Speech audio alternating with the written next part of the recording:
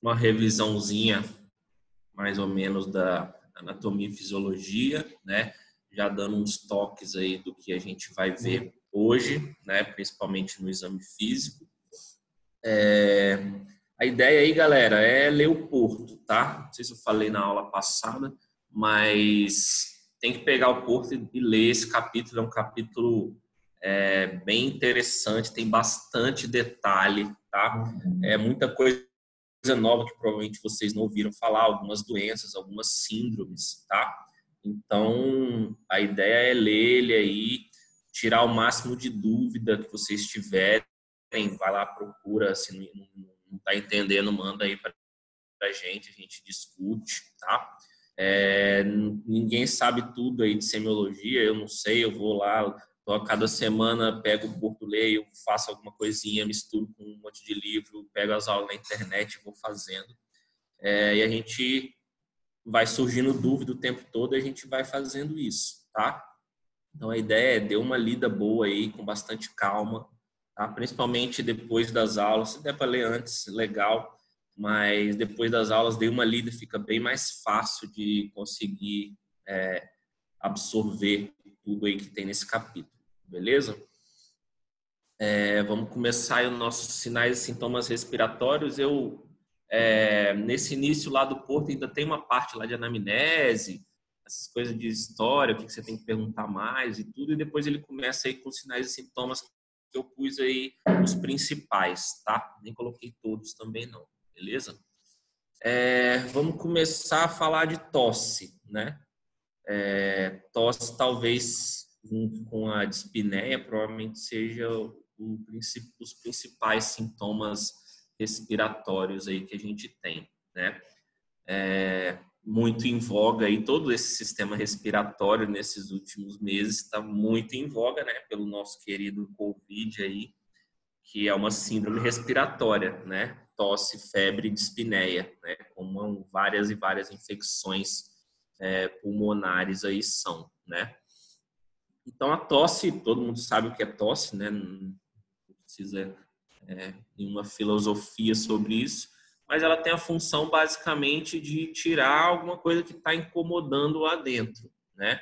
Ou a própria secreção que você está produzindo, ou alguma coisa que você inalou, e às vezes os cílios, quando é muito pequenininho, o próprio cílio do sistema respiratório dá conta de tirar isso lá para cima, mas às vezes não dá, às vezes o seu organismo abre mão desse reflexo aí, que é um reflexo de tosse, tá? Em geral, quando alguma coisa irritante entra aí na sua via respiratória, beleza? O que de irritante pode ter? Inúmeras coisas, né? Pode ser aí de origem inflamatória, edema, secreções, ulcerações, alguma lesão aí em via respiratória incomoda. Qualquer coisinha que pega na nossa via respiratória incomoda demais e geralmente dá tosse, né? Vide aí quando a gente engasga com algum alimento que nem chega a entrar na nossa via respiratória, né? Só de chegar perto aqui em cima da minha corda vocal, a gente já tosse, já se desespera. Imagina uma obstrução mesmo de via aérea, alguma coisa que bloqueie total ou parcial o desespero que isso aí não é, né? E o reflexo de tosse é isso aí, é o reflexo de proteção que a gente vai ter para tentar expelir as substâncias que estão entrando lá ou que estão sendo produzidas lá dentro, né? As próprias infecções vão produzir secreções, o nosso corpo, para combater as bactérias, produz lá pus e outras coisas que vão ser eliminadas também pela tosse, né? Então, coisas mecânicas, poeira, corpo estranho, aumentos ou alterações de pressão, atelectasias, gases estranhos que eu estou respirando, frio ou calor, tem vários estímulos aí que a gente pode usar da tosse para tentar nos proteger, né? Lembra que a tosse ela tenta proteger a gente, né? A básica, a mecânica básica da tosse é isso, um reflexo de proteção, né? Então, quase sempre, como médicos, a gente evita de inibir esse reflexo, né? Uma coisa que tinha muito conceitos de antigamente, xaropes, antitosse, etc. A tosse está tentando produzir, está tentando proteger a gente. Então, não é uma coisa que a gente queira inibir, né? Eu estou lá com uma pneumonia ou uma bronquite, estou tendo muita secreção, a tosse está me protegendo, está tentando limpar minha via aérea para poder respirar melhor. Se eu vou lá e inibo minha tosse, o negócio começa a acumular, piora o prognóstico do paciente, tá? Então, na grande maioria dos casos, a gente não inibe tosse, tá? A gente trata a causa da tosse, beleza? E, consequentemente, ela tende a melhorar depois de um tempo. Aí, nossa tosse. Em relação à classificação, né? Ela é classificada aí como aguda, subaguda ou crônica, tá? Os livros mais antigos não tinham essa subaguda, era só aguda e crônica. Mas aí os mais novos já trazem esse conceito de subaguda, tá? Então, uma tosse aguda é uma tosse que dura até 3 semanas, né? Que, em geral, são essas infecções de vias aéreas que a gente tem normalmente, né? Uma gripe, um resfriado, um coronavírus, alguma coisa assim. Em geral, a gente tem uma tosse de até 3 semanas. Infecções virais, infecções bacterianas que são tratadas, né? Elas tendem a durar até isso aí de tosse. Passou de 3 semanas, entre 3 e 8, ela começa a ficar subaguda, né? É um limbo, assim, podem ser várias coisas, pode ser uma tosse de alguma coisa aguda que está começando a arrastar um pouquinho, que às vezes a gente não tem que se preocupar tanto, ou pode ser um sintoma que seja de alguma coisa crônica que apareceu e que não vai embora, tá? Então tem algumas causas aí, depois a gente vai ver de subaguda, tá? Mas fica num limbo aí entre o que é agudo e se arrastou um pouquinho, ou que é uma tosse crônica que vai se arrastar aí depois por mais de 8 semanas, tá? Então, a tosse crônica passou de 8 semanas, eu já chamo isso aí de uma tosse crônica. E aí tem uma outra infinidade de doenças que a gente vai pensar, né? Aí é tuberculose e outras coisas assim que são causas de tosse mais arrastadas, né? Outros conceitos importantes aí que a gente tem que falar além do tempo, né? Que a gente está aí sempre lembrando que a gente está fazendo uma anamnese, o cara chegou lá com um sintoma que é tosse e a gente está tentando perguntar para ele, tentando tirar a nossa anamnese, a nossa HDA lá bonitinha. Então a gente vai atrás das características dela, né?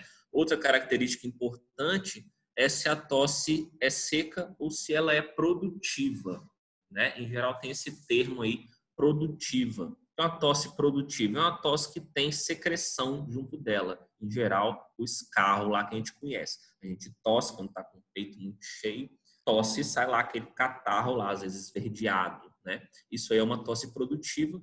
E outra, de outro lado, tem a tosse seca. Tá tossindo, mas não tem secreção nenhuma. Beleza?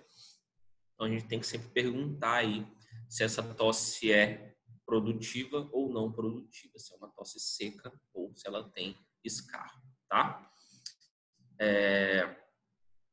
A tosse é uma coisa boa, falei para vocês, etc. Só que ela é um reflexo que é muito potente, né? Então, quando a gente tosse demais, a gente pode acontecer de ter algumas lesões, né? Não só na parte respiratória, como no resto do corpo, né? Eu posso ter hemorragias conjuntivais, porque eu aumento muito minha pressão aqui da minha cabeça, né, para poder tossir. Imagina tossindo aí, sei lá quantas vezes, centenas de vezes por dia, né? Posso fazer hemorragias conjuntivais. Nos pacientes mais velhinhos, que têm a parte óssea já mais fragilizada, né, osteoporose e tal, os ossos com a idade vão enfraquecendo. Eu posso ter fratura dos arcos costais, né, porque para tossir eu uso muito minha musculatura intercostal, abdominal, né, que estão tudo grudado ali nas minhas costelas. E aí, com essa contração, pode acontecer de ter fratura dos arcos costais, tá? Outra complicação aí que pode ter o aparecimento ou a piora das hérnias inguinais, né? Ou qualquer hérnia que tem aí na região abdominal, principalmente, tá? Também pelo aumento abrupto da pressão e toda hora com esse mesmo reflexo, pode acontecer o aparecimento de hérnias, né? Até quando a gente vai fazer cirurgia de hérnia, às vezes o paciente tabagista, às vezes ele chega com um pouco de tosse, a gente fala, ó, não vai operar agora, porque imagina operar um cara tossindo no pós-operatório, ele tossindo, não vai estourar tudo, vai voltar, a hérnia que tentaram costurar lá não vai dar certo, tá? Então, uma coisa importante aí é o aparecimento das hérnias também, beleza? Causas de tosse aguda em adultos, galera. Tem uns quadrinhos que eu não peguei do Porto, porque não tinha. Eu peguei do livro da Isabela Bensenhor, que é um livro lá da USP, que tem alguns capítulos específicos de alguns sintomas. Eu peguei alguma coisa de lá também, tá? Depois, se quiser, eu passo aí para vocês pelo Drive aí o link para vocês darem uma olhada também, tá? Você vê, primeira causa, tuberculose, é uma tosse aguda? Ela vai começar uma hora, né? Em geral, a gente fala que tuberculose dá tosse crônica. Só que se eu pegar esse cara aí no primeiro mês, ou nas primeiras 3 semanas, isso é uma tosse aguda. Vai começar como aguda e depois tende a ficar mais crônica, né? Se eu não fizer o diagnóstico e começar o tratamento, tá? Então, cuidado aí. Aí, as nossas básicas, resfriado comum, sinusite, coqueluche, bronquite, rinite, pneumonia, as coisas mais básicas aí e mais agudas de tosse, né? E aí, de coisas mais crônicas, né? Gotejamento pós-nasal, paciente que tem a sinusite fica lá gotejando, aquela tosse principalmente à noite. Paciente asmático, que a asma é uma inflamação crônica aí das vias aéreas, né? Esse paciente vai ter tosse crônica se ele não for tratado corretamente, né? Refluxo gastroesofágico é uma causa importante também, principalmente de tosse à noite. Também o paciente deita, começa a ter refluxo, faz irritação das minhas vias aéreas superiores e o paciente tem tosse, tá? Tabagismo é uma causa importante, falamos para vocês. Os inibidores da ECA, né? Uma causa bem clássica da gente pegar, principalmente em ambulatórios, principalmente, lógico, nos ambulatórios de cardiologia, mas muitas vezes, e a grande maioria das vezes, a gente trata esses pacientes hipertensos no PSF, né? Começa aí com os inibidores da ECA, captopril, algum desses pril aí, em geral captopril, que é o que tem no posto. E aí ele volta daqui a umas 2, 3, 4 semanas com tosse, uma tosse seca. E aí a gente vai, ausculta, não tem nada, tá tudo limpinho. A tosse do captopril acontece numa parte considerável. Tipo assim, a gente tem que trocar, né? Passar para outra classe, que a gente tem uma infinidade de classes aí de antipertensivos, né? E causas menos comuns aí, bronquite eosinofílica e tal, outras causas. Pouco comuns. Infecção dos brônquios com parasitas, né? Lembra lá que tem alguns parasitas intestinais que fazem um ciclo pulmonar, né? Síndrome de Loeffler, se não me engano, acho que era isso. E aí ele sai lá pela traqueia, você acaba que depois engole ele de novo e ele volta para o ciclo, essa coisa nojenta aí, verme passando pela nossa garganta. Mas é uma causa de tosse também, tá? E aí, causas pouco comuns, cirurgias de vias aéreas, vai tossir, incomodar, né? Suturas, cistos, insuficiência cardíaca é uma causa muito importante aí também de tosse, tá? Nem sempre tosse propriamente dita, mais dispneia, como a gente vai ver, mas também pode dar tosse, principalmente se o paciente estiver muito congesto, com bastante edema pulmonar, vai dar tosse também, tá? Causas de tosse que pioram com decúbito, né? É legal a gente saber, porque muitas vezes o paciente reclama que ele tem tosse quando ele deita. E acontece mesmo com a gente algumas vezes, né? Quando deita, piora e eu levanto, ela dá uma melhorada, então fica difícil para dormir, fica incomodando, arranhando, né? Então, as principais coisas relacionadas à sinusite, esses gotejamentos pós-nasais, asma também, o refluxo que eu falei para vocês, e essa causa aí que falaram algumas vezes nos livros, que é falta de rigidez da parede dos brônquios, que é uma doença nova que encontraram em algum tempo, tá? Beleza? Então, essas características básicas aí, algumas causas de tosse, lógico, causa de tosse tem inúmeras, muitas causas. a gente vai relacionar sempre aqui no sistema respiratório vários sintomas diferentes, e tempo e evolução, e aí traçar a minha estratégia depois para poder fazer o diagnóstico específico.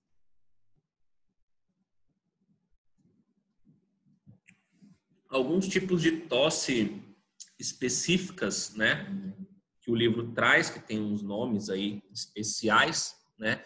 Essa tosse quintosa, né, que ele fala que aparece em acessos, principalmente na madrugada, tá? Que é característico de coqueluche, que é um acesso de tosse. Quando o cara tosse direto, tem uma sequência assim de várias tosses, e ele chama isso aí de acesso, é bem característico da coqueluche, tá?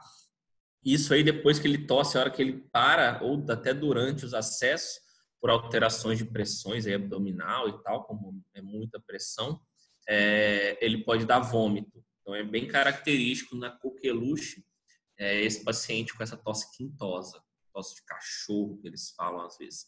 Tosse, às vezes vomita, tem uma sensação de asfixia, que imagina você tossindo aí, sei lá quantas vezes por minuto, tá? Então é bem característico, coqueluche não é mais tão comum no nosso meio, né? Por causa da vacinação, mas vira e mexe aparece lá no Cosme um casinho de coqueluche, né?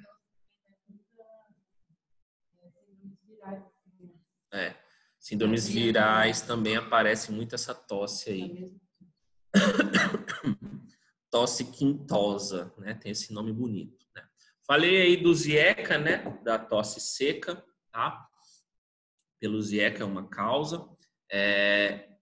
Tosse com síncope, né? Às vezes também com esses acessos tossindo, muitas vezes pode alterar pressões aí de perfusão cerebral e o paciente ter uma síncope, tá? Então pode acontecer também relacionados à tosse, o vômito, sensação de asfixia, e pode acontecer síncope também, tá? Tosse bitonal, ele fala lá no Porto, eu acho que tem no Porto, por paralisia de cordas vocais, tá? Pelo nervo laringeu recorrente. Esse nervo geralmente é lesado em cirurgias de tireoide, né? Algumas vezes não é fácil identificar esse nervo lá, às vezes a tireoide está muito inflamada, e quando vai tirar, às vezes a causa lesão de uma das cordas vocais, né? Se lesar as duas cordas vocais, elas se fecham e eu não consigo respirar. Então, logo ali no início, quando eu estubei o paciente no pós-operatório, eu já vejo que ele não está respirando e aí lascou, né? Mas algumas vezes ele acorda e está rouco, né? E aí a gente tem que pesquisar lá depois se teve lesão desse nervo aí laringeu recorrente, tá? Que pode dar essa tosse aí bitonal, tá? DPOC, já falei para vocês, eu acho que eu vou até programar uma aulinha de DPOC aí para as próximas, tá? Específico, não sei se alguém leu aí mais sobre a doença, mas ele tem esses dois perfis bem característicos, o perfil mais enfisematoso, né, que o enfisema é quando destrói os alvéolos, né, então piora lá a minha membrana para trocas gasosas, e tem um outro perfil de outro lado mais bronquítico, né, o cara se comporta lá com obstrução de vias aéreas, os brônquios mais reduzidos por inflamação, tá? Então o perfil enfisematoso tem uma tosse que é mais seca, e os bronquíticos, né, como o bronco está inflamado, produzindo muita coisa, ele costuma ter uma tosse mais produtiva, tá? Esses perfis, lógicos, são bem extremados, um lado e outro, e quase sempre os pacientes de DPOC têm um pouco de mistura entre os dois, né? Se ele tem DPOC por conta do cigarro, o cigarro acaba que destrói tudo, dá um pouco de bronquite, dá um pouco de enfisema. Uns têm mais enfisema, outros têm um pouco mais de bronquite e tal. Então, esses dois perfis bem extremados, que a gente vai ver daqui a pouco foto aí, em geral não aparecem assim sozinhos, tá? Algumas vezes sim, mas na maioria tem uma mistura. Tá, essa é uma semana que a gente vai ter que ser decisiva. Oi? Tipo, a gente tem que concentrar isso aí, ó. Eu sei que você tá...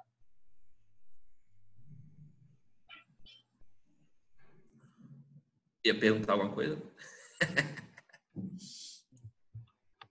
Beleza, vamos lá. Beleza. E tem essa tosse rouca aí também, que é característica de uma laringite crônica, né? Nos tabagistas pode aparecer essa tosse rouca, assim como aparece o pigarro aí, bem característico nos pacientes tabagistas, tá? Tosse reprimida, né? Tosse reprimida é interessante. Pode ser por causa de dor, né? Imagina um cara com uma fratura de costela, se ele respirou já dói, imagina se der uma tosse, então ele fica segurando. Quem já segurou tosse aí, todo mundo provavelmente sabe que não dá, chega uma hora que você vai tossir e talvez vai tossir até mais, fazer mais força, porque a razão da tosse ele acumulou mais secreção ainda, né? É interessante a gente aí agora no corona, né? Fica lá no hospital, fica até com medo de tossir e achar que a gente tá com corona, tá infectado, né? Então acontece essa tosse reprimida, tá? É interessante o que está rolando. E tosse associada a comer ou beber, né? Geralmente tem o perfil de pacientes que tem essas doenças degenerativas do sistema nervoso, né?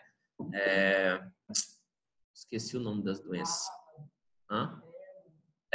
Esclerose lateral amiotrófica, essas doenças neuromusculares aí de evolução, né? Que o paciente começa a ter engasgos, né? Ele tem alteração de musculatura, a doença vai piorando e daqui a pouco ele já não consegue mais deglutir, ou ele começa a ter engasgo muito frequente, né? Esses engasgos e a tosse relacionada a isso geralmente começa com alimentos sólidos, então um sólido dá, mas ele tomando uma coisa mais pastosa não sente tanto. E aí, com a evolução da doença, vai piorando, ele vai tendo engasgo e tosse aí até com líquidos, engasga com líquido, e aí chega a hora que ele tem que fazer tráqueo, tem que fazer uma gastrostomia, para ele não consegue mais se alimentar pela boca, tá? Então, relacionado a essas doenças. E tem as doenças de divertículo, acho que é de Zenker, se não me engano, é o divertículo aqui superior, né? Que é um divertículo do esôfago e enche de comida ali. E aí essa comida às vezes sai, dá tosse nele, dá engasgo e tal. Causas mais raras, né? Mas as doenças degenerativas aí nervosas e musculares podem aparecer com tosse também, em geral associado a engasgo, tá? Esse quadrinho também eu peguei lá desse livro, do mesmo que eu peguei os outros quadrinhos, tá? E é legal para a gente ter uma sistematização mais ou menos do que a gente tem que perguntar para um paciente que tem tosse, né? Localização, localização da tosse. Tosse é tosse, né? Mas aí ele explica, o acesso de tosse começa com sensação de coceira na garganta ou é uma coisa mais baixa. Muitas vezes a gente está tossindo, igual agora, eu estou falando muito, começa a irritar que minha via aérea é mais superior, e aí eu tenho um pouquinho de tosse porque coçou ali, está aí começando a irritar, né? Outras vezes a tosse é bem por conta de coisas mais baixas mesmo, de secreção, que estão lá na traqueia e nos brônquios, beleza? A qualidade, né? Falei para vocês se ela é produtiva ou se ela é tosse seca, a intensidade dela, se é uma tosse explosiva ou violenta, se teve muito catarro, né? Ele pede para quantificar, mas é difícil a gente conseguir quantificar o quanto de catarro a gente tem, né? A gente vai cuspindo, cospe ou engole e tal. Mas aí algumas vezes ele quantifica isso. Quando começou, né? Sempre importante essa questão de cronologia, isso vale para qualquer sintoma que aparecer na vida, a gente tem que fazer uma cronologia adequada. Eu bato muito isso lá com eles no Habilidade, quando a gente está lá fazendo nossas anamneses, né? É importantíssimo a gente ter uma sequência adequada da coisa, como começou, como é que foi a evolução disso até agora, como é que está agora, isso é muito importante, tá? Então aí quando começou, se ele tem acesso, quanto tempo dura, né? Se aparece muito ou não, acessos da tosse, ou se está tossindo direto, mas sem acesso, tossindo várias vezes, tá? Se tem alguma coisa que aparece a tosse que piora, né? Algum fator ambiental, alguma atividade física, alguma coisa pessoal, ou algum momento que acontece, ó, nessa hora aqui que eu tô ali ou lá, ou fazendo alguma coisa, dá mais tosse, tá? Os atenuantes ou agravantes, né? Piora à noite, melhora ou piora com remédios, piora ao deitar, piora a fazer exercício, né? São coisas relacionadas que são importantes e a gente pode fazer alguns diagnósticos diferenciais aí com essas respostas, tá? E fatores associados, né? Manifestações associadas, a gente tem que sempre estar ligada nelas, porque essas coisas pulmonares, essas infecções ou alterações de respiração e de tosse, em geral, vão estar associadas a outras coisas e essa associação vai fazer com que a gente chegue bem mais próximo de um diagnóstico correto, tá?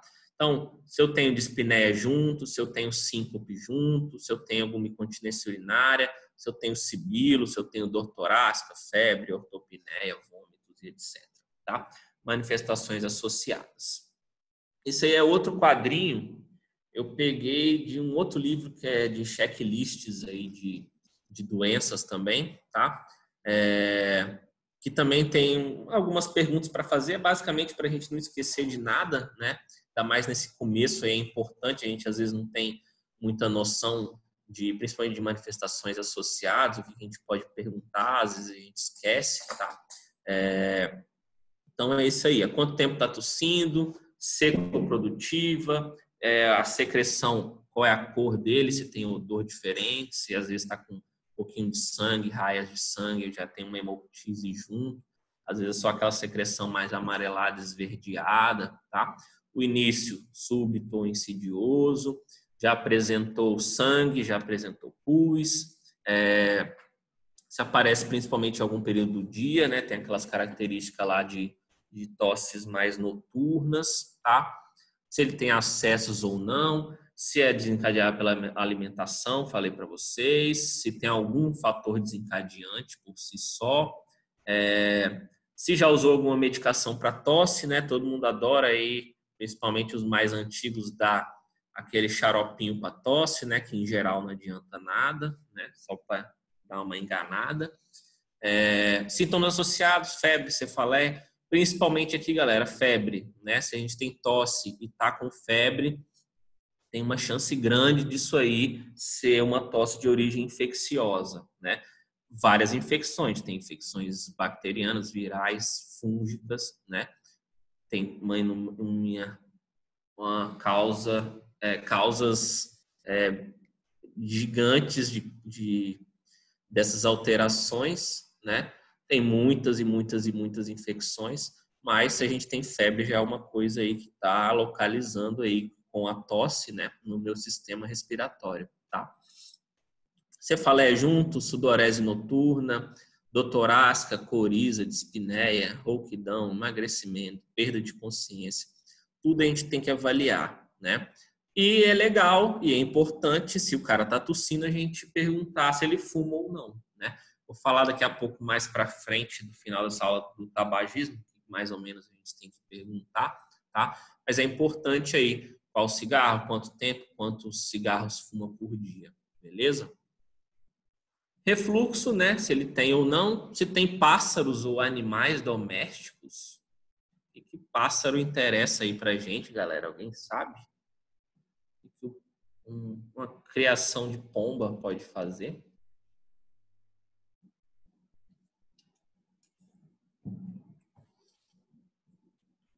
Alguém? Traz disposição à criptococose ou à histoplasmose. É isso aí. Esses fungos malucos aí, né? Criptococcus. Então, perguntar, lógico, causas bem mais raras. Né? Quem cria muito passarinho aí, a gente conhece pouca gente, né? E legal aqui, contato com tuberculose, né? Muitas vezes, lógico, o paciente não sabe nem de onde veio, não teve contato com ninguém, né? Tuberculose é uma coisa que, em geral, está no nosso meio aí. Temos infecções direto pegando de tuberculose, né? Às vezes a gente nem sabe de onde veio. Está lá no hospital, não sabe. Muitas vezes eu estava trabalhando lá no João Paulo, chegava um paciente com tosse, com febre, às vezes com dificuldade para respirar e tal. E a gente ia descobrir lá 2, 3 dias depois, quando conseguia fazer uma tomografia dele, ele estava lá com a caverna gigante no pulmão, era tuberculose, a gente ficou lá do lado, lá respirando lá o dia todo. E quando ia fazer o PPD, todo mundo com o PPD lá estourado, porque teve contato, né? Em geral, a gente não adoece, nosso corpo consegue segurar isso, mas algumas vezes vai aparecer e a gente vai ficar sintomático, tá?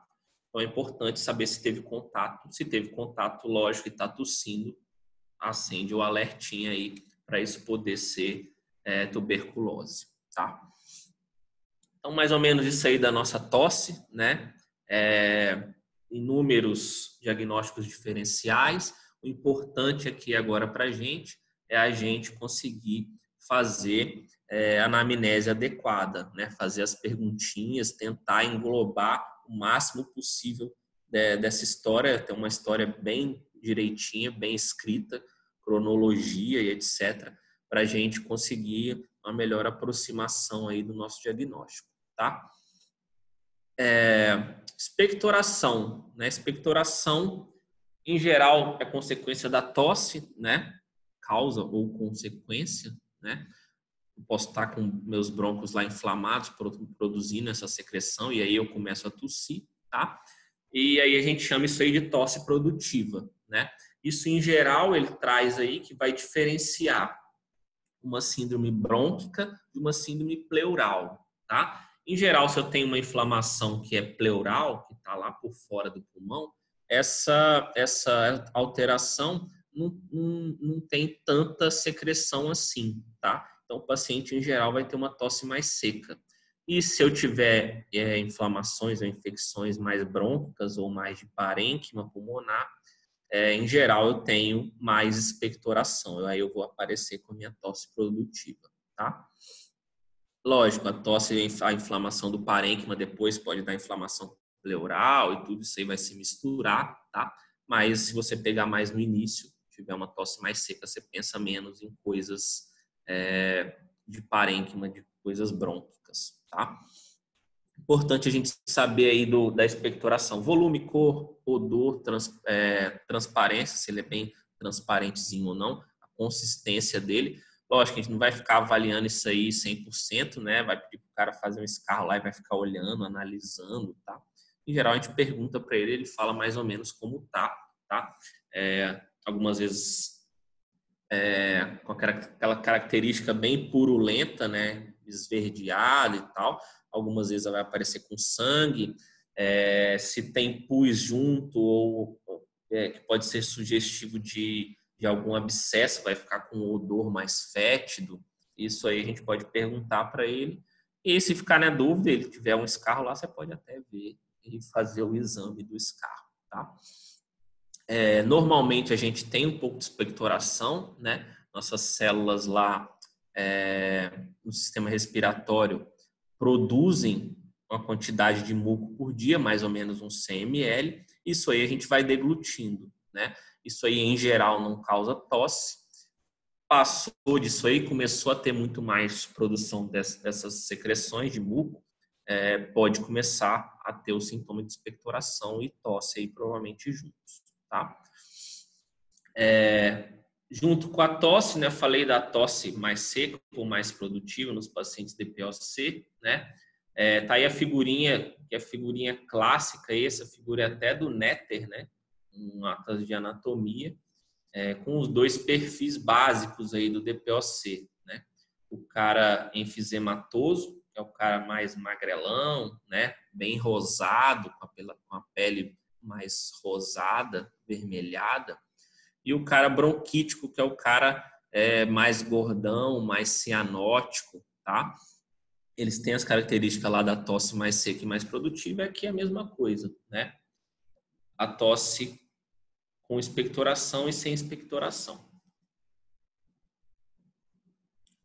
Uma coisa importante da gente ter atenção nesses pacientes que já têm DPOC, ou às vezes não têm DPOC, e estão indo, às vezes, pela primeira vez, que está com muita falta de ar, é a gente ter atenção para o para alterações no volume dessa expectoração, tá?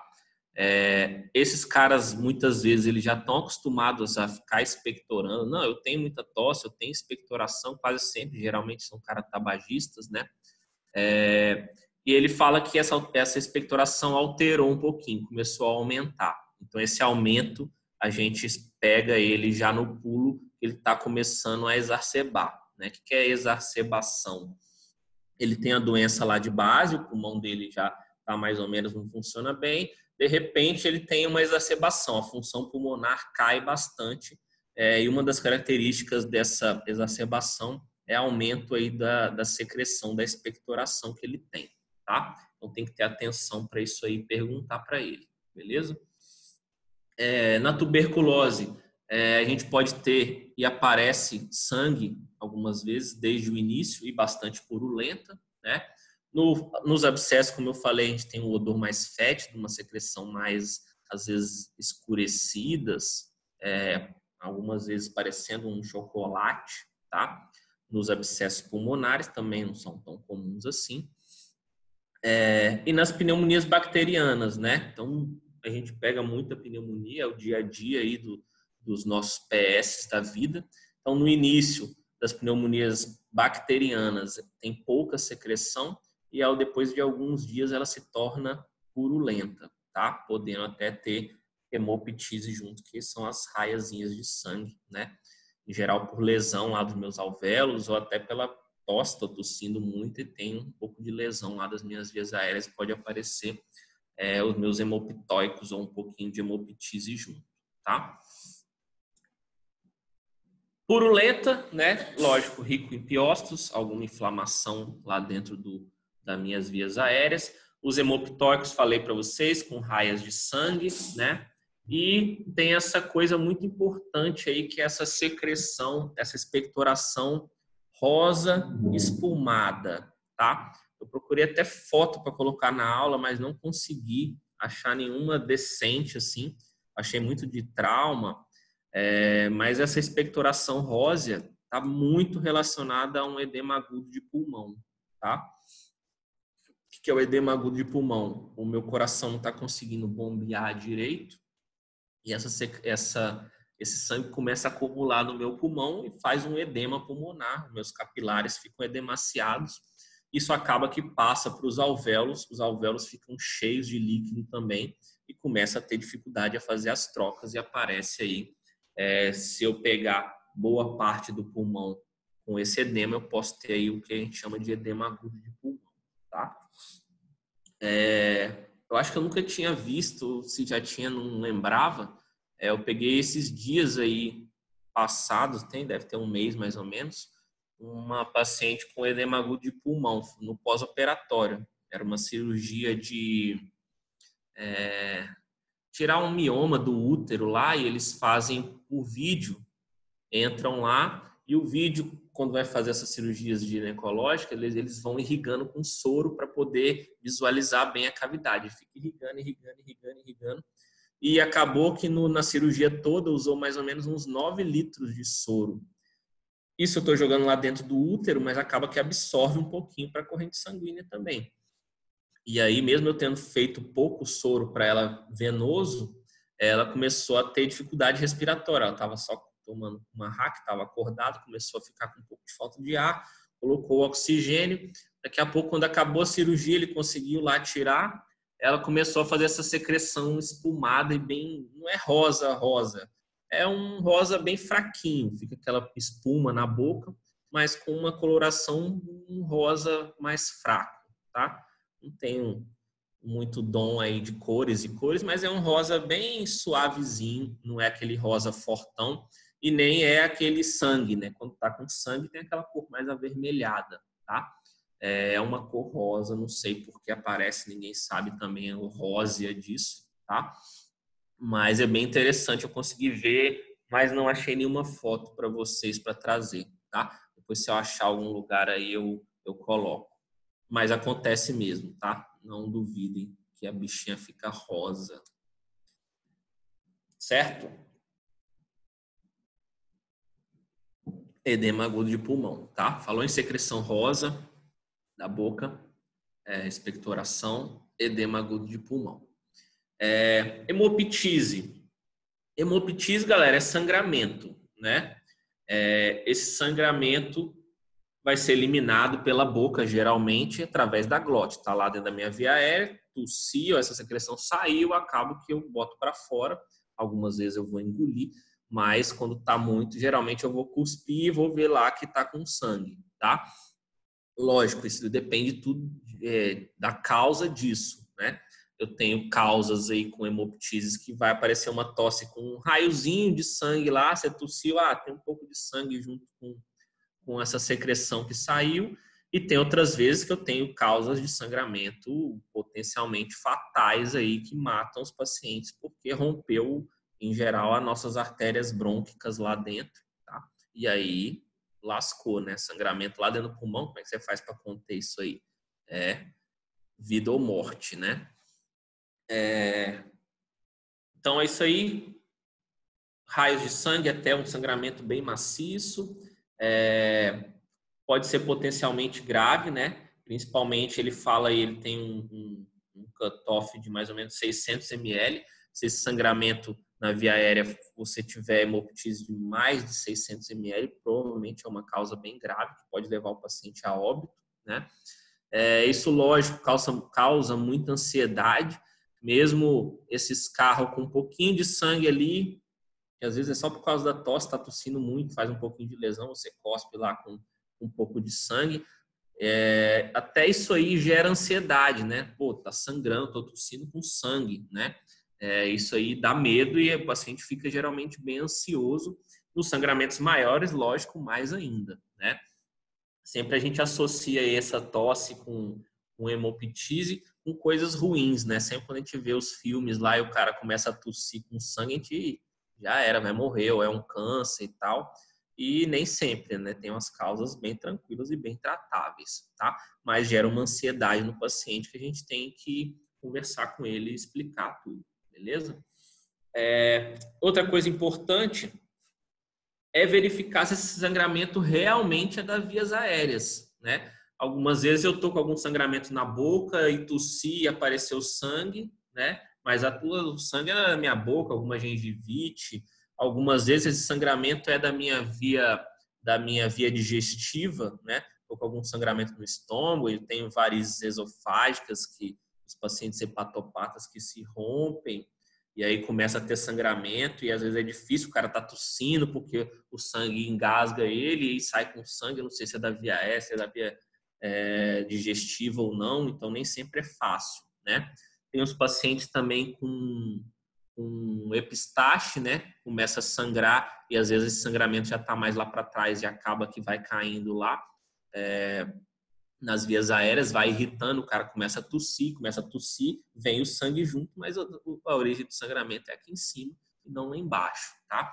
Isso nem sempre é fácil de verificar, tá? Então tem que ter muito cuidado, avaliar a boca do paciente, avaliar o nariz dele, para tentar ver realmente o cara lá tossindo, para tentar imaginar se aquilo está vindo da via aérea, da via digestiva, ou da parte mais alta aí, beleza? Causas de hemoptise também tem inúmeras, né? Atenção sempre para carcinomas, né? Câncer, tuberculose, que é muito frequente no nosso meio, beleza? Então, apareceu sangue, realmente a gente tem que ligar um alerta, tá? Podem ser causas aí de maior gravidade, beleza? Então, esse quadrinho aí eu peguei do corpo para vocês darem uma olhada depois. Associações.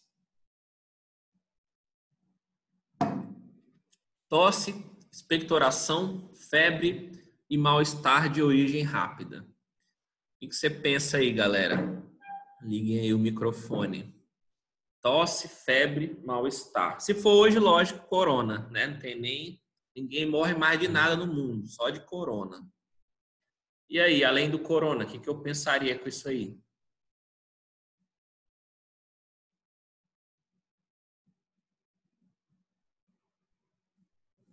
Pneumonia dá mal-estar, professor? Pneumonia dá muito mal-estar. Com certeza. Qualquer infecção viral, né?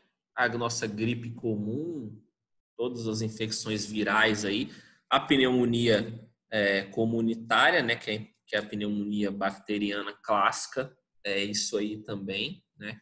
Febre, expectoração, tosse, mal-estar, né? Lembra que uma infecção pulmonar, né, principalmente as mais baixas, não as de vias aéreas mais superiores, que é o que a gente tem normalmente, uma corizazinha, um pouquinho de tosse e tal, isso aí em geral de vias aéreas mais altas. As infecções de vias aéreas mais baixas, que pegam o pulmão, debilitam bastante, né? Todo mundo que tem corona aí, que pegou, que ficou sintomático, fala que o negócio dá uma baqueada geral, um mal-estar, uma mialgia importante, além da febre e da tosse e tudo, né? Então, associações que a gente vai fazendo, né? Então, a segunda aí, tosse, expectoração há mais de 15 dias, acompanhada de perda de peso e febre vespertina.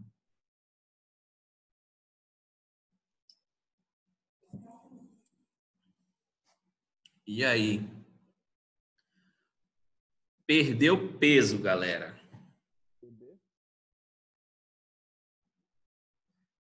É bom ou é ruim perder peso, hein?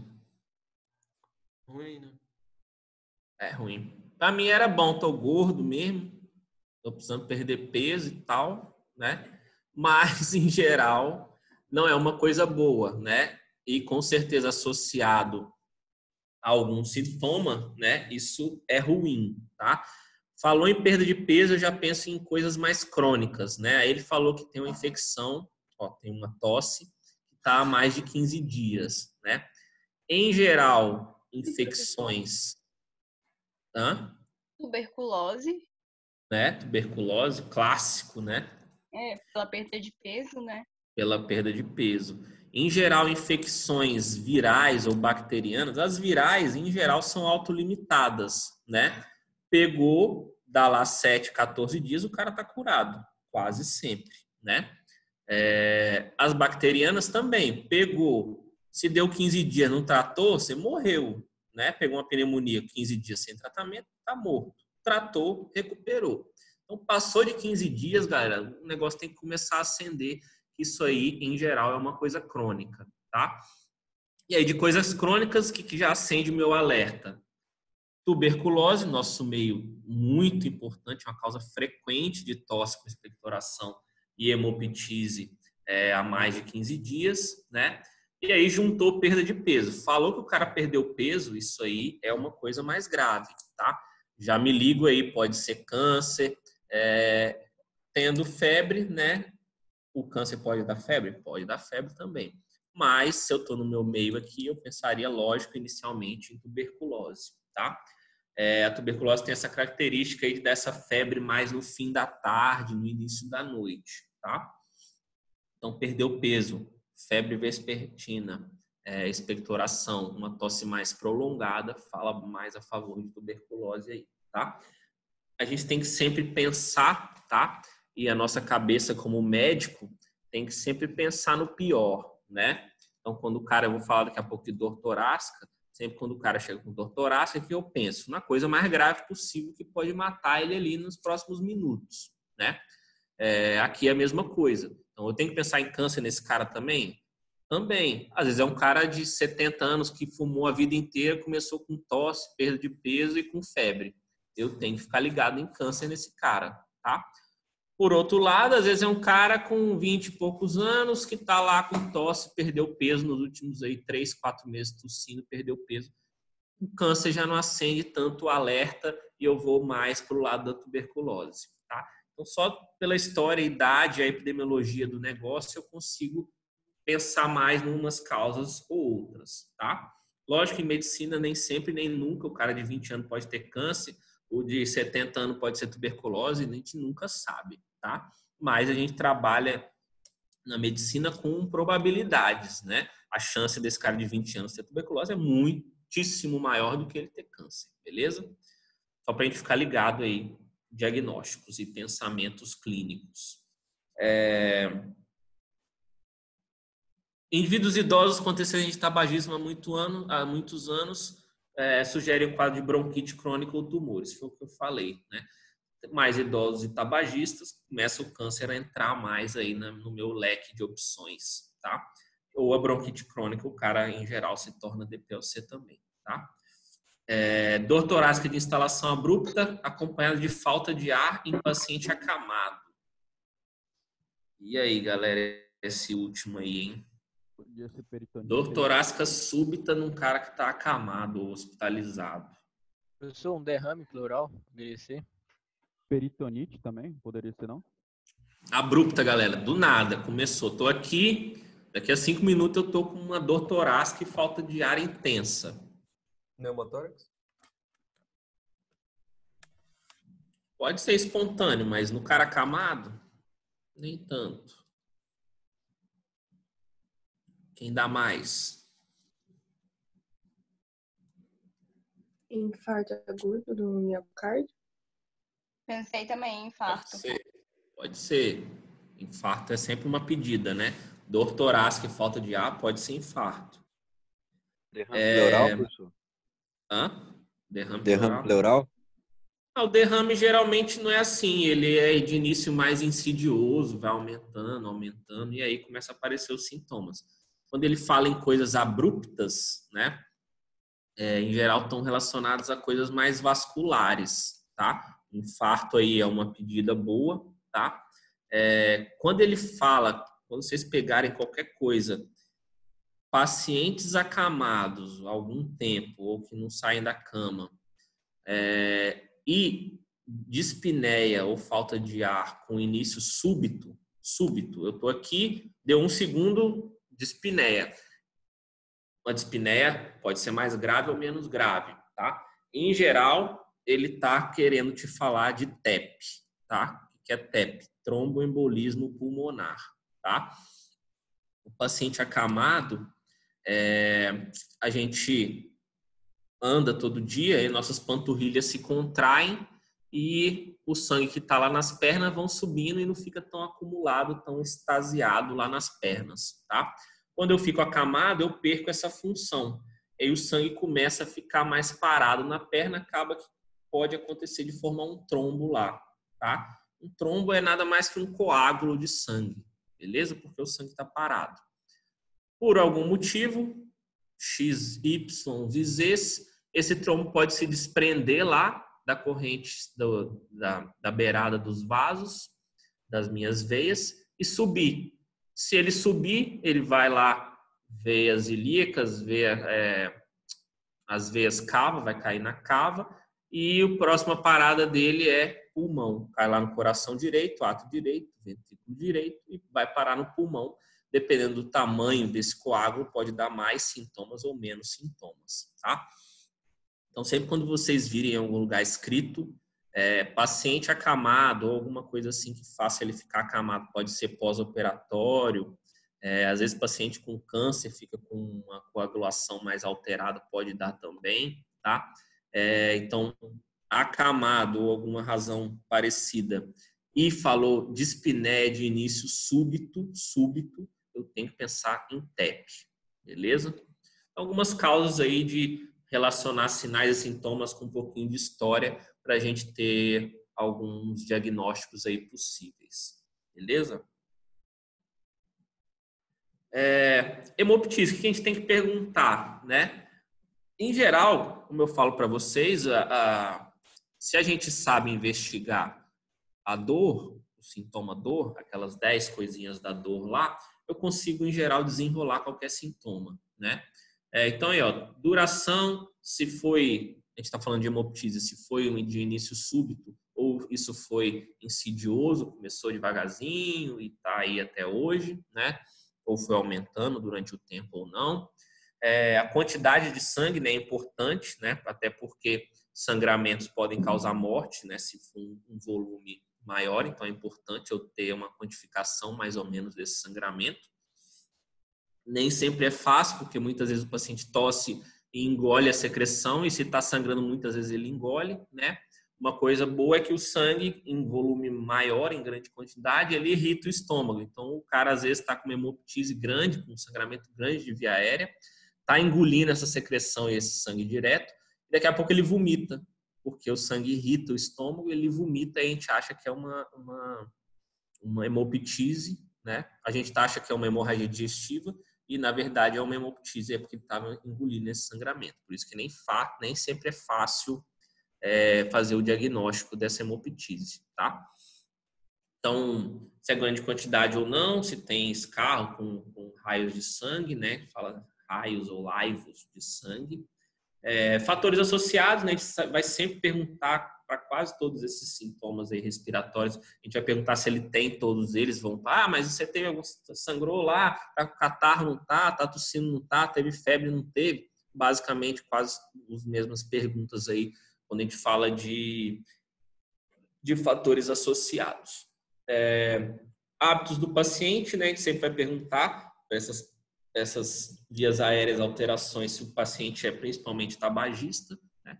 Mas o alcoolismo também é importante, é fator de risco para alguns tipos de pneumonia, principalmente as aspirativas, o cara enche a cara, alcoólatra, dorme lá e broncoaspira, né? Entra secreção de estômago para dentro da via aérea e dá alguns tipos de pneumonias mais específicas, tá? Se tem contato com tuberculosos e os antecedentes familiares aí dele, tá? Esse quadrinho aí é do Porto, tá? Falei para vocês já diferenciar, nem sempre é fácil. Hemoptise, epistaxe, hematêmese, tá? Hematêmese é o vômito com sangue, né? Então nem sempre é fácil diferenciar essas causas aí, beleza? Bom, galera, dispneia. Eu falei, não sei quanto vai durar essas aulas, né? Programei, falei, essa aula vai ser rapidinha, vai durar uma meia hora só e tal, mas a gente nunca sabe, né, o que vai falar. Às vezes a gente embala para falar aí, o bicho pega. Dispneia. Também, junto com a tosse, aí, um dos principais sintomas respiratórios, né? Bastante atenção com uma nomenclatura e o que ela é, tá? Ela é basicamente uma dificuldade para respirar, tá? A dispneia não é dor, tá? Muita gente confunde dispneia com dor. Se eu tenho dor, é outra coisa, tá? Dificuldade para respirar. Eu estou com falta de ar. Isso é a minha dispneia. Eu não estou conseguindo respirar direito. Aí eu falo que o cara está com dispneia, tá? Ela pode ser subjetiva ou objetiva. Pode ser só que o paciente chegou para mim e falou que ele está com falta de ar.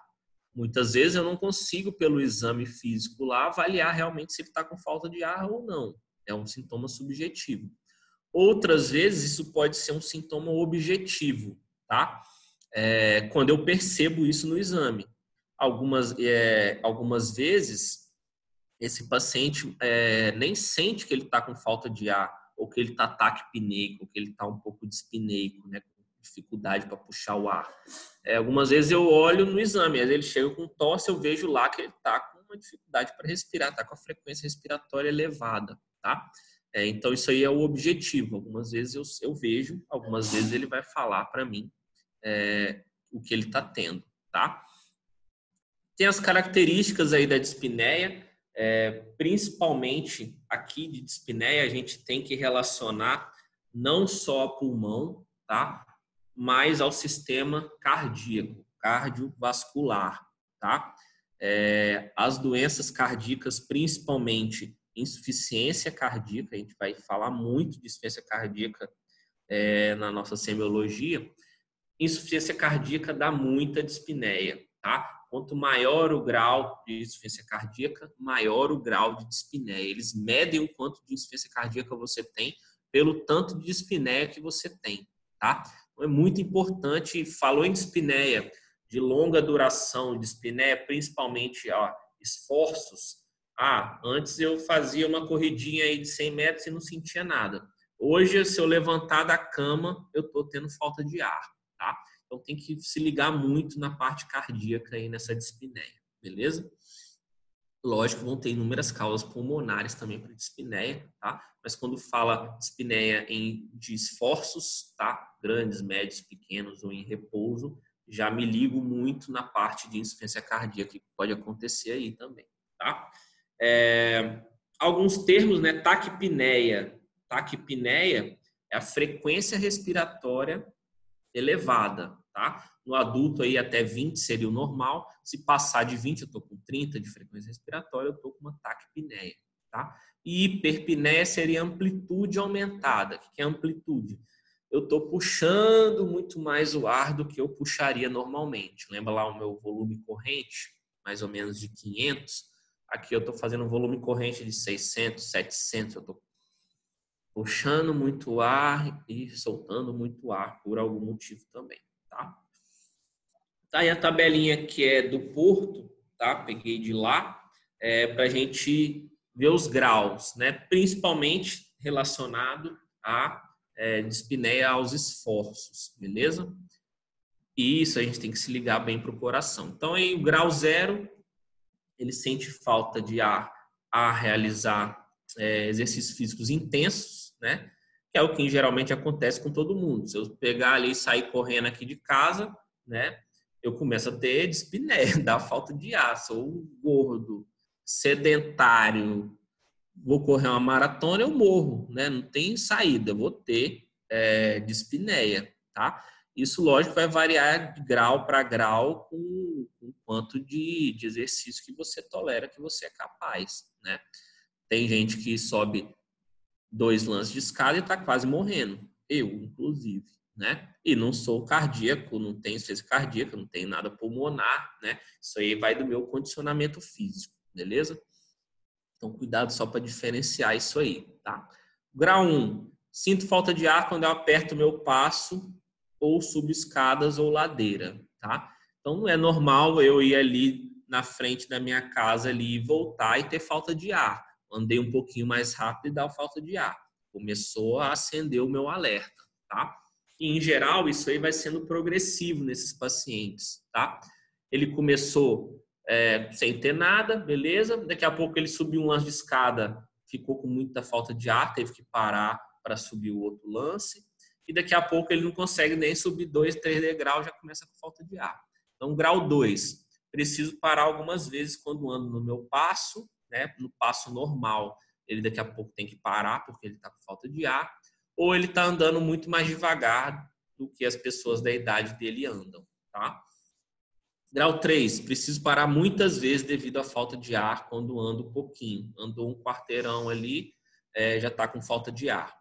E grau 4, sinto falta de ar sem sair de casa, ou preciso de ajuda para me vestir sozinho ou tomar banho, né? Esse grau 4 aí já seria dispneia praticamente de repouso, né? O cara em casa lá vendo televisão e está sentindo falta de ar. Foi tomar um banho, levantou para tomar banho, começou a ter falta de ar. Imagina a reserva que esse cara tem, cardíaca e pulmonar, quase nenhuma, né? Relacionado aí a sintomas e a causas mais graves disso, tá? Então, em geral, quando o cara chega com dispneia, a gente vai tentar colocar nessa tabela aí, principalmente se tem relação com atividades dele. Lógico, o cara chegou, não tem nada, eu peguei lá, comecei a ter tosse e febre. Provavelmente eu tenho uma pneumonia. Eu vou ter um pouquinho de dispneia? Eu vou. Tem a ver com exercício? Falei, não, moço, isso aí começou agora, nunca tive nada e tal, então histórias diferentes. Essa tabela aí são para dispneias de mais longa duração. O cara está percebendo que está mudando o grau de dispneia de acordo com o que ele consegue fazer e a cada vez ele consegue fazer menos atividades sem sentir falta de ar, sem sentir a dispneia. Beleza? Alguns termos importantíssimos que sempre aparecem, tá? Vão aparecer muito aí nas nossas aulas de cardio e na nossa parte pulmonar também em algumas doenças, tá? O primeiro termo aí é a dispneia paroxística noturna, tá? Essa é uma dispneia que acorda o cara subitamente com falta de ar, tá? Muito relacionada a doenças cardíacas, tá? O que acontece? O cara, durante o dia, fica lá em pé ou fica sentado, o sangue se acumula muito para os membros inferiores quando a gente está de pé, né? Por própria pressão de gravidade. E quando a gente deita à noite, esse sangue começa a voltar mais para a minha parte superior. E aí eu tenho um aumento do retorno venoso para o coração. Só que esse coração desse cara já está meio baqueado. E aí, durante a noite, eu tenho um quadro de dispneia por um aumento desse retorno venoso. E o coração não suporta esse aumento desse retorno venoso e acaba que piora um pouquinho a insuficiência cardíaca que ele tem e aparece essa dispneia súbita que acorda ele desesperado durante a noite, com falta de ar, tá? Essa é chamada de dispneia paroxística noturna. Aparece muito aí nas nossas aulas de insuficiência cardíaca, tá? A ortopneia é a dificuldade para respirar quando ele está na posição horizontal, tá? Deitou, começou a ter falta de ar. Levantou, melhora, tá? Também relacionado aí a retorno venoso, principalmente. Deitou, aumenta o retorno venoso para o coração, piora aí a minha capacidade do coração de bombear esse sangue, acumula no pulmão e dá dispneia, tá? Muitas vezes esses pacientes começam a dormir com um travesseiro mais altos, né? Começa a pôr a cama com a cabeceira mais elevada, ou em vez de dormir com um travesseiro, dorme com 2, com 3, às vezes ele dorme quase sentado.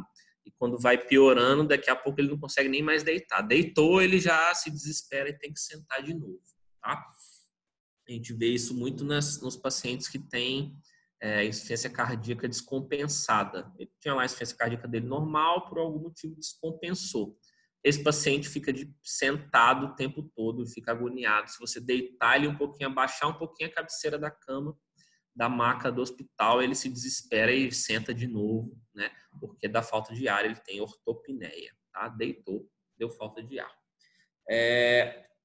A platipneia, que em geral acontece pouco, né? Tem poucas causas, é dificuldade para respirar quando você está sentado e alivia quando você deitou, tá? O contrário da ortopneia. Então, platipneia, eu estou sentado e estou com falta de ar, eu deitei, melhorou, tá?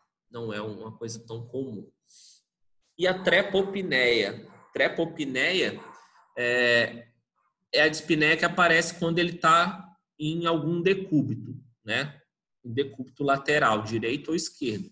Eu estou no lateral deitado de lado esquerdo, eu sinto falta de ar, do lado direito eu não sinto, tá? Em geral relacionadas aí a pneumotórax ou normalmente a derrames pleurais grandes, né? Derrame pleural grande, eu estou deitado em cima do derrame, beleza. Se eu deitei do lado contrário do derrame, a parte do derrame comprime o outro hemitórax e aí começa a me dar trepopneia, tá? Então, esses são nomes que a gente tem que saber, que a gente tem que pôr isso nas nossas anamneses. Isso aí aparece aí na literatura quando a gente vai ler, tá? Aqueles mesmos quadrinhos lá que eu peguei, tá? Dispneia, só para a gente ter uma noção do que a gente tem que perguntar. Quanto tempo? Lógico. A falta de ar foi súbita ou não? Lembra aí da coisa súbita? A gente sempre pensa em tromboembolismo pulmonar, tá? Falta de ar súbita.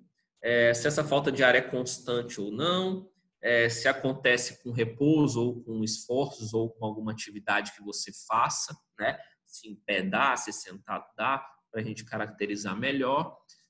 Você já acordou à noite com falta de ar, né? Dispneia paroxística noturna. O que piora a falta de ar e o que alivia, né? O basicão aí da nossa anamnese.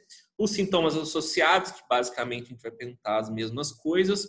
Sempre lembrar aqui de dispneia, de relacionar também com parte cardíaca, tá? Então, vou perguntar em geral se ele tem edema, se ele tem dor no peito, se ele fica cianótico ou não. Então, pensa também um pouquinho na parte cardíaca, palpitação. Tabagismo, né? Sempre perguntar. Mesma coisa aí de pombos, né? Pode dar dispneia, infecções fúngicas. Tuberculose é a mesma coisa.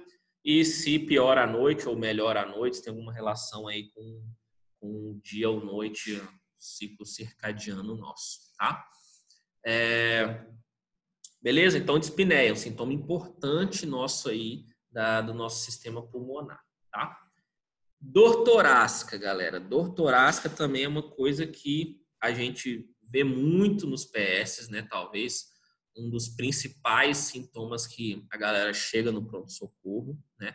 Não sem razão, porque pode ser infarto, né? E sempre que pode ser infarto, eu tenho que pensar em primeiro lugar em infarto, tá?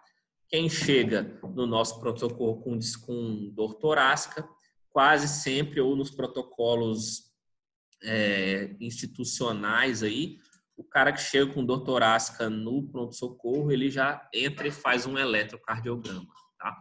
A gente sempre pensa na parte cardíaca primeiro, porque o que vai matar ele primeiro é a parte cardíaca. Então, ele já chega e faz o eletrozinho dele, tá? Então, a gente tem que sempre pensar no pior. Falei para vocês, sempre pensar no pior cenário. Pode ser infarto? Pode.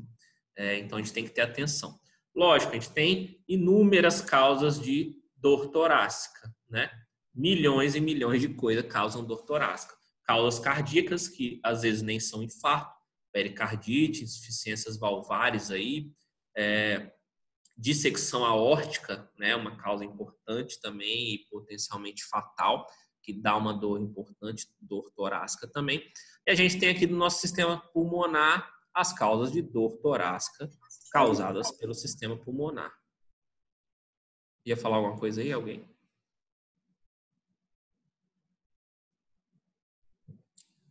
Então, dor torácica, sistema pulmonar. Pleurites, inflamações, infecções da pleura. Pneumonia, né? O cara que tem pneumonia tem tosse também, tem dor, tá? Neoplasias, os câncer dão dor também, infarto de pulmão, pneumotórax. Então, tem inúmeras causas, né? Tem as causas osteoesqueléticas, musculares, né? E ósseas. Então, se eu tomei uma pancada aqui nas minhas costelas, isso vai dar dor torácica também, vai dar dor torácica quando eu respiro, tá? Tem causas digestivas também, refluxos, as úlceras, isso aí também vão causar a dor abdominal, mas às vezes essa dor confunde um pouco com dor torácica, né? Então a gente tem que sempre ficar atento, mas sempre pensar no pior, sempre pensar que dor torácica pode ser infarto, né? Uma causa tratável que não pode perder tempo, beleza? E aí aparece a nossa dor pleurítica, tá? Esse nome diferente que aparece quando a gente tem as afecções aí pleuropulmonares. O que é uma dor pleurítica que a gente fala? Realmente uma dor pleurítica é aquela dor que está relacionada à respiração, tá? A gente fala também que é uma dor ventilatório dependente. Eu respirei, dói. Se eu paro de respirar, a dor fica mais tranquila um pouco, tá? Então, geralmente, ela é localizada em um hemitórax só, uma sensação de peso, e a característica dela é mais empontada ou enfacada, tá? Não é aquela dor que é característica de infarto, que é uma dor mais em aperto, em peso, tá? Uma característica diferente dela, beleza? Então, ela piora aí. Se eu tossir, lógico, vai doer. Se eu respirar mais fundo, também vai doer. Então, dor pleurítica ou dor ventilatório dependente, tá? Então, aí falando da dor torácica, tem aí os fluxogramas. Quase sempre a gente fala de dor torácica, a gente está estudando mais em aula de cardio do que de pneumo, tá? Mas tem aí as inúmeras causas de dor torácica do sistema respiratório também, tá? Vou passar. Galera, aí eu trouxe, para a gente terminar essa aula aí, não sei nem quanto tempo deu, 1h e pouco, né? 1h30. Paciente com insuficiência respiratória aguda, tá? Esse vídeo acho que eu baixei até do YouTube. Vê se dá para vocês verem aí. Show.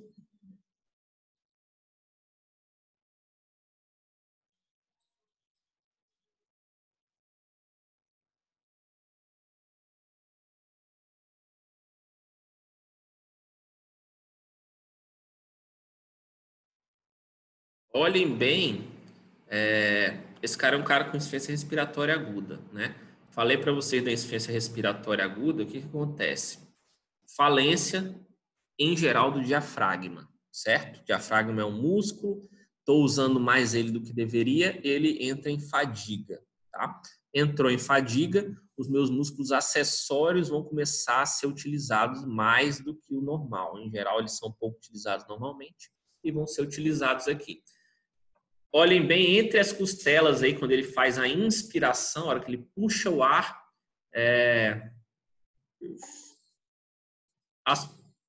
fica uma retração, né?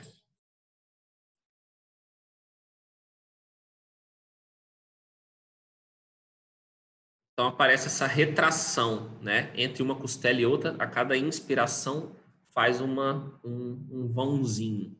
Isso é o que a gente chama de tiragem intercostal. Beleza? Tiragem intercostal, sinal de uma insuficiência respiratória aguda, tá? A gente pode ter tiragem intercostal, fala aí. O tratamento é só farmacológico? Isso aqui? Não, para insuficiência respiratória aguda. Então, depende da causa, né? Se é uma causa reversível rapidamente, o edema agudo de pulmão, o pulmão está cheio de líquido, às vezes eu fazendo um vasodilatador e fazendo um diurético, ele consegue melhorar, tá?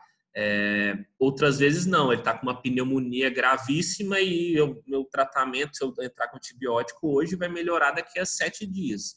Esse cara tem que ser entubado, tá? Então, esses caras mais graves, igual esse aí tá, provavelmente não tem tratamento farmacológico para ele, tá? Uma criança, por exemplo, com asma, né? Crianças asmáticas, às vezes chegam com tiragem e aí fazendo uma inalação com broncodilatadores a gente consegue tirar ela, tá? Então vai depender de cada caso, é um caso, tá? Mas lógico, chegou muito grave, esse paciente em geral não tem tempo para ser medicado, ele vai entrar em falência respiratória, apneia e vai morrer, tá? Então depende muito do caso. Então esse cara aí, ó, tem uma tiragem intercostal, né? Ele tem tiragem até subcostal, ó. Embaixo do rebordo costal, ele tem também tiragem, né? Tá usando a musculatura do abdômen aí para poder tentar ajudar a respirar.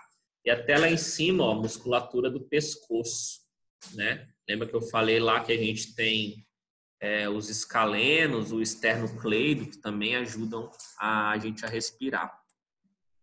Deixa eu passar esse slide.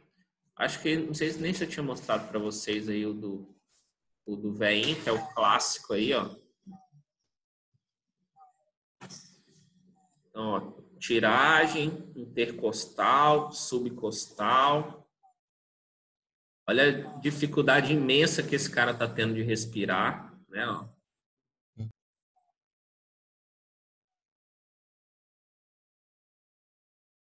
Provavelmente toda a musculatura dele aí já entrou em falência, né? Ele tá usando até a musculatura do pescoço. O pescoço tá todo vermelho, ele tá tentando fazer o máximo de força possível, mas não tem mais músculo para fazer aquela força, tá? Então, difícil, né? Esse cara aí não adianta fazer remédio, tem que entubar ele, deixar o músculo lá paradinho, tratar a causa base para depois resolver, tá? Deixa eu ver dessa criancinha aí.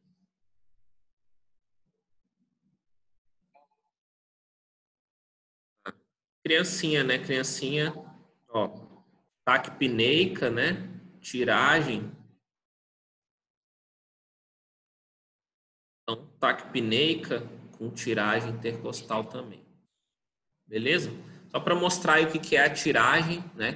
Quando a gente fala de tiragem intercostal, a gente está falando de falência respiratória, insuficiência respiratória aguda, tá? Em alguns casos a gente consegue reverter ainda, mas numa boa parte dos casos esse paciente tem que ser entubado, tem que ir para UTI para descansar esses músculos e tratar a causa base e depois tentar voltar com ele a respiração espontânea, tá?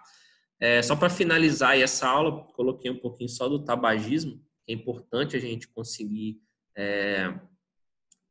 colocar na nossa anamnese o quanto que esse cara tem de uso de tabaco, principalmente em quanto tempo ele fez esse uso, né? E até para a gente determinar graus de dependência, né? Sempre que a gente pega um cara tabagista, a nossa função como médicos é orientar ele e ajudar ele a tentar parar de fumar, tá? É um vício que a gente tem essa obrigação, beleza? Ah, mas tem médico que fuma, velho, acontece, né? A gente não é perfeito, a gente é ser humano também, a gente bebe álcool, sabe que faz mal, a gente fuma, sabe que faz mal, mas a gente tem que falar para os pacientes o que é o correto, e o correto é, quando a gente pega qualquer paciente, a gente tem que tentar fazer orientações com que ele pare de fumar, porque faz mal, realmente faz mal, né? Quantos cigarros por dia? Quando iniciou? Se já tentou parar por algum motivo? Se já teve essas tentativas de parar de fumar e como elas foram, né? Se ele teve muito sintoma de abstinência, né? A nicotina, ela causa dependência e o paciente que tenta parar tem tem síndromes de abstinência, né? Então é complicado, não é fácil conseguir parar, tá? As recaídas que ele já teve, se tentou parar e teve recaída, se ele já tomou algum remédio ou não para tentar parar, né? Se ele tem convivência com outros fumantes, é uma coisa difícil. Quando o cara está em casa e a mulher fuma também, ele fuma, se um para e o outro não, dificulta. Ou se ele vive no boteco com os amigos e todo mundo fuma, como é que ele para de fumar com todo mundo lá fumando? E mais difícil ainda, né? Às vezes você tem que mudar o social da coisa para ele conseguir sair dessa, tá? E DPOC, né? DPOC é a nossa doença pulmonar crônica, tá? Diminuição da função pulmonar com o tempo, com o tanto de cigarros que ele fumou, tá? A grande maioria dos nossos DPOC são tabagistas, tá? E essa relação aí normalmente é de anos maço, tá? Passou de 20 anos maço, esse paciente tem uma chance grande de ter uma função pulmonar já diminuída, uma DPOC, tá? O que é esse anos maço, galera? A gente já deu uma estudada nisso lá na nossa anamnese, quando a gente estava começando lá, quando a gente via os antecedentes pessoais, né, quando ele fumava, a gente caracterizava isso aí em anos maço, tá? O que é o anos maço? Geralmente, sempre um maço normal de cigarro industrializado tem 20 cigarros, né? Então eu vejo quantos maços ele fuma por dia e multiplica isso pelo número de anos. E aí vai dar a minha relação de anos maço. Ou seja, se ele fuma um maço por dia, 20 cigarros por dia, há 20 anos, ele tem uma relação de 20 anos maço. Beleza? Importante, né? Hoje em dia, muitos cigarros artesanais, narguilé, cigarros eletrônicos, tem uma variedade grande hoje aí de dispositivos, né, de tabagismo, tá? Aí o Porto traz essa relação aí de cigarros artesanais, né? Os 6 cigarros artesanais correspondem a 20 industrializados, ou a um maço, né? Então, esses cigarros artesanais, que geralmente não tem filtro, né? Muito mais partícula lá para dentro, vai prejudicar muito mais as minhas vias aéreas, tá? De cigarro eletrônico, não sei, tá? Não sei de nada, em geral é uma coisa nova aí que tá saindo, ninguém sabe direito se vai causar alguma coisa a longo prazo ou não, então não li nada a respeito ainda, então não sei de cigarros eletrônicos. Narguilé também não sei nada, nunca li quantidade, sei lá, horas de fumo, porque não tem cigarro para você quantificar, né? Você fica lá 1, 2 horas fumando um negócio, então também não dá para saber. Tentar quantificar o melhor possível. Você faz uso do narguilé? Faço. Quando, quando é, quantas horas fica, o que você usa lá, o que não usa, tá? Tentar delimitar o melhor possível para isso aí caber lá bonitinho na nossa anamnese. Beleza? É isso, galera. Deu aí 1h30. Deixa eu parar aqui. Vamos dar uma pausa. Querem continuar ou quer deixar para outra aula? O que vocês acham? Não, prof, tem mais uma aula grande depois, de umas 2 horas mais ou menos. E aí? Pode?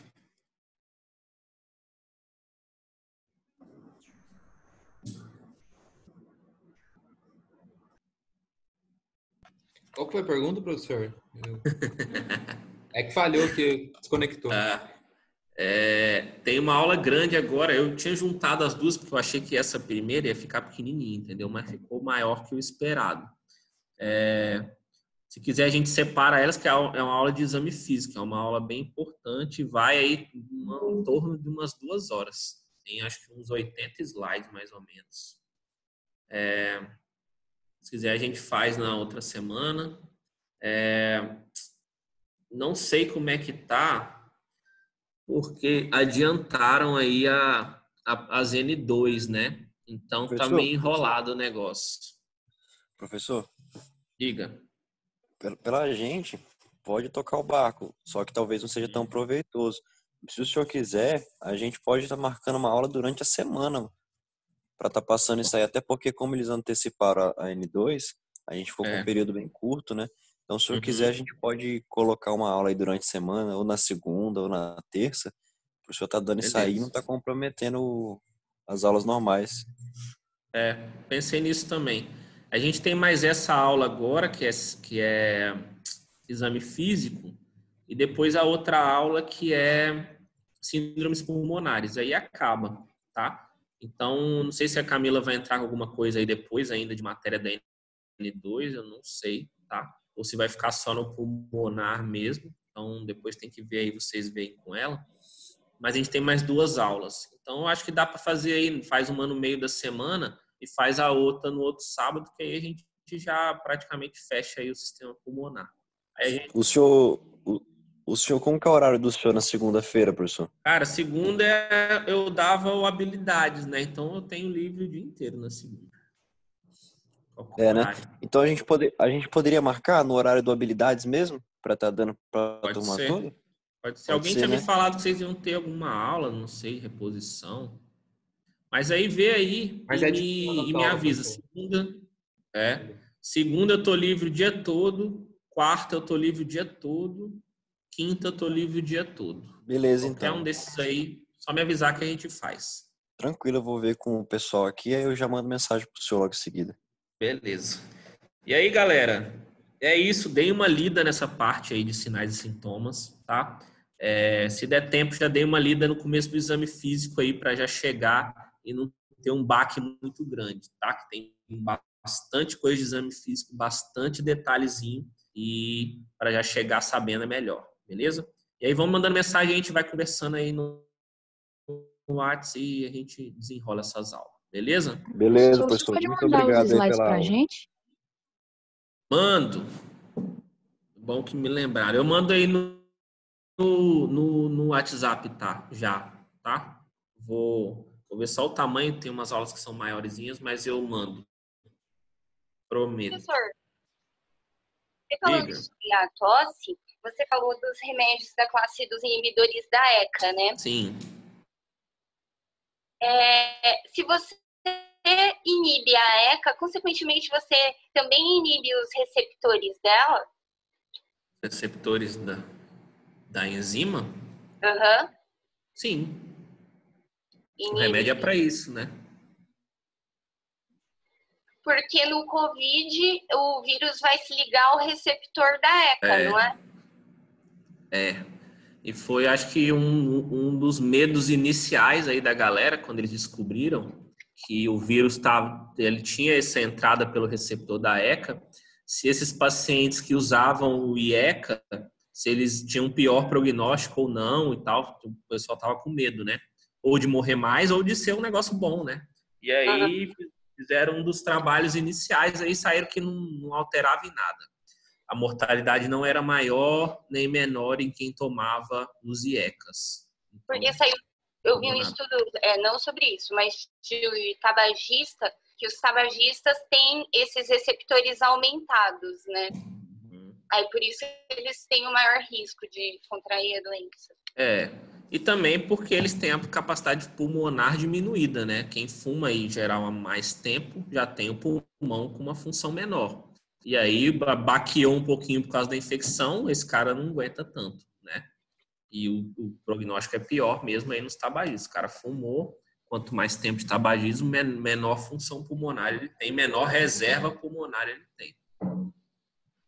Mas é interessante mesmo. Eu mesmo falei, pô, talvez seja bom, né? Tomar um IECAzinho aí.